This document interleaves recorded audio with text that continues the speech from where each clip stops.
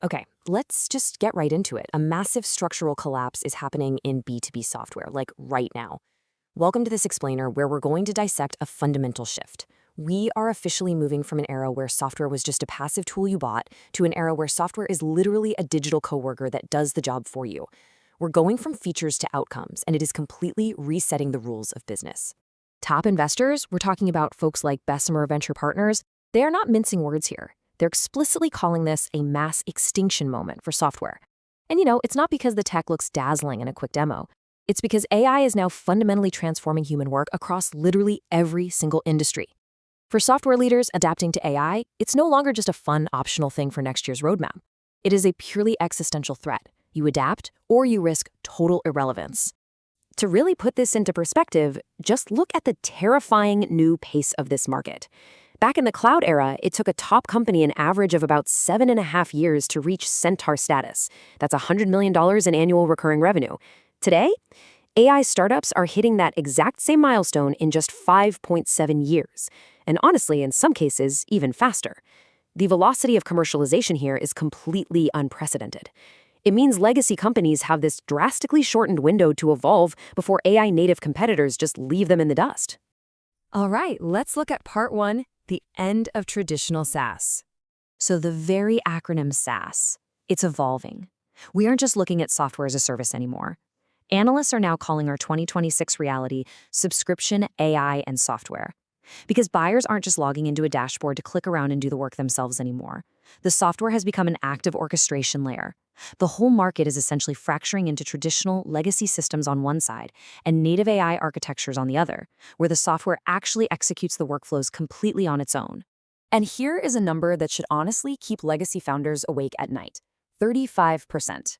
A staggering 35% of point product SaaS tools could be entirely replaced by AI agents by 2030. Think about that. If your product is just a thin layer of business logic that stores data and forces a human to manually operate it, well, you're in the direct line of fire. The real value is rapidly migrating away from those isolated point products and toward platforms that can orchestrate actual outcomes. Which brings us right to part two, enter the Agentic AI era.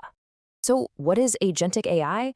Well, we're not just talking about a glorified chatbot answering questions. Actually, scratch that. It's nothing like a chatbot. These are autonomous actors. Think of tools like Salesforce, Agentforce, or Glean. They don't just, draft a nice email for you to review. They interpret intent, they trigger cross-platform workflows, they send notifications, and they manage approvals based on the goals you set. They take action on your behalf with zero human intervention. You're not toggling between apps anymore. You're deploying intelligent collaborators. Just take a look at the makeup of Y Combinator's Winter 2026 batch. A massive 60% of these new companies are AI-focused. Internally, YC partners are literally calling this the SaaS-pocalypse. Why? Because today, a tiny 5-person startup armed with agentic AI can absolutely outbuild a massive legacy SaaS vendor on specific workflows.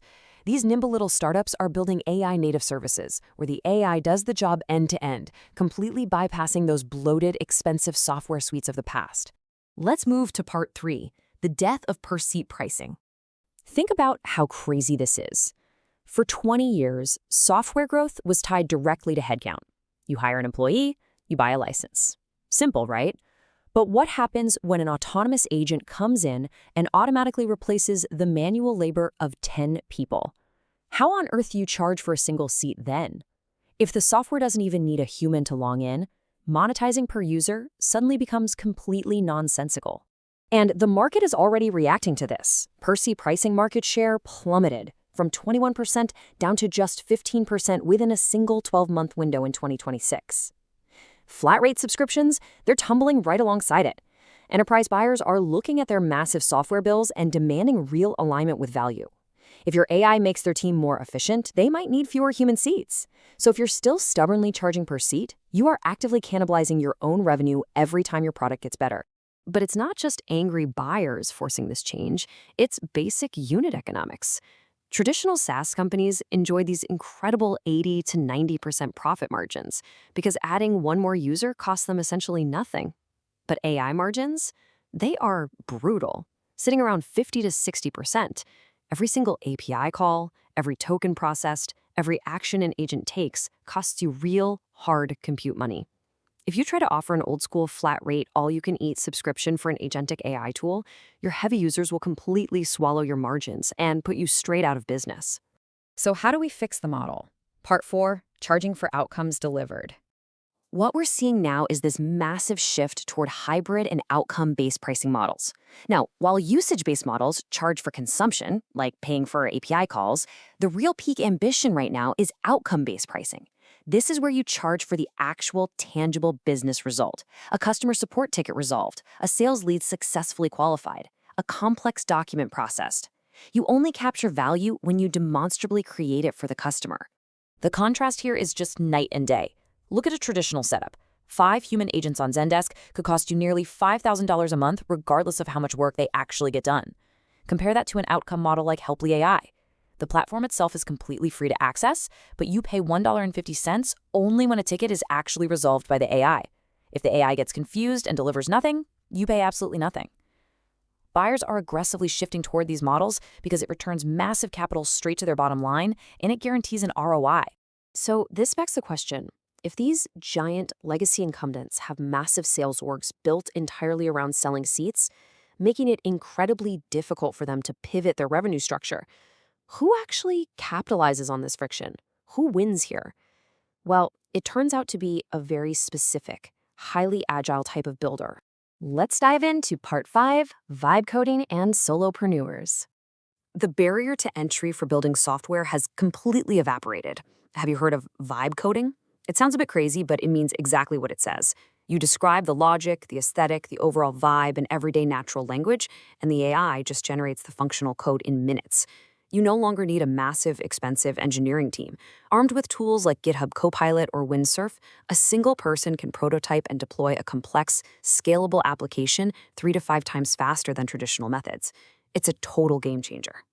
And this is fueling a literal explosion of independence. By 2026, we are projected to see 25 to 30 million solopreneurs in America alone.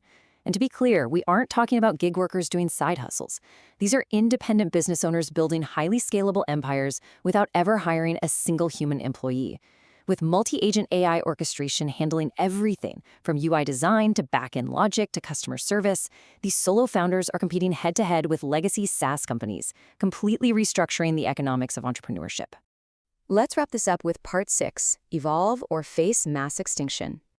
Look, AI is absolutely no longer just a flashy feature you slap onto a roadmap to impress your investors. The reality of 2026 is all about surviving AI operationally. It's a massive forcing function.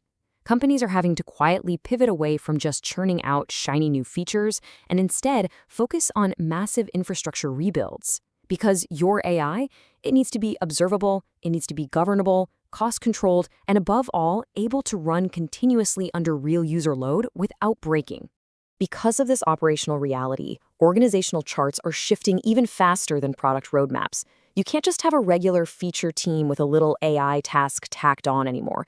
You need dedicated AI pods. Data platform teams are suddenly first-class citizens because, let's face it, an AI is only as good as the real-time data it can actually access. Smart companies are reorganizing entirely around data execution ownership to ensure they are genuinely AI-ready in production. Ultimately, it all boils down to a profound mindset shift. You have to realize that you aren't selling a tool anymore. A tool just sits there on a virtual shelf waiting to be used. You are selling a digital coworker. When your AI resolves a support ticket or drafts a legal brief or ships a clean line of code, it is doing real, tangible labor. We are entering a brand new partnership model between human strategy and machine productivity. So I'll leave you with this one thought to chew on. The agentic AI era isn't coming. It's already here, and it is tearing down the old rules of per-seat pricing and manual software. Whether you're a solopreneur vibe coding your very first startup or an enterprise leader trying to navigate the SaaS apocalypse, the mandate is exactly the same. You must align your value with measurable outcomes. So will your business model survive this mass extinction, or will you be replaced by the outcomes you failed to deliver? Thanks so much for joining this explainer.